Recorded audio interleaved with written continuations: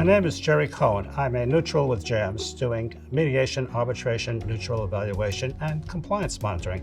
I find it rewarding to know that there's a possibility of preserving a relationship, or at least parting ways with some respect, of reducing the levels of tension between the parties, liberating parties to get on with the rest of their personal and business lives from a dispute that's otherwise been dragging them down, and ultimately to the system itself. I'm helping the legal system work and the ADR system work through my efforts, and I'm glad to be doing that. That said, the court system is very important because the precedents set in court do set a framework for mediation possibilities and for arbitration results.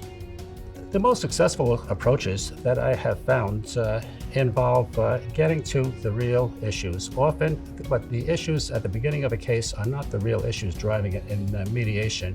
And through discussion with the parties, we can come to it. They won't always reveal it, but if I sense there's another issue underlying it, I try to speak to that issue without naming it directly, and then leave it to the parties to think over what options would best satisfy their real concerns as opposed to the stated concerns.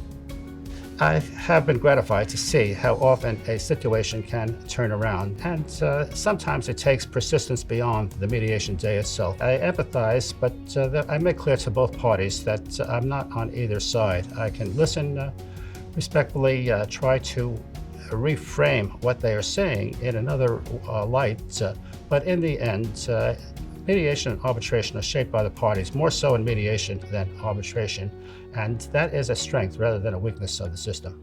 I think it is the background in intellectual property and all of the collateral things that go with intellectual property, the business, the employment relationships, the investment relationships that come with it, and people working together for a common purpose, even if they are dispute parties at loggerheads at times.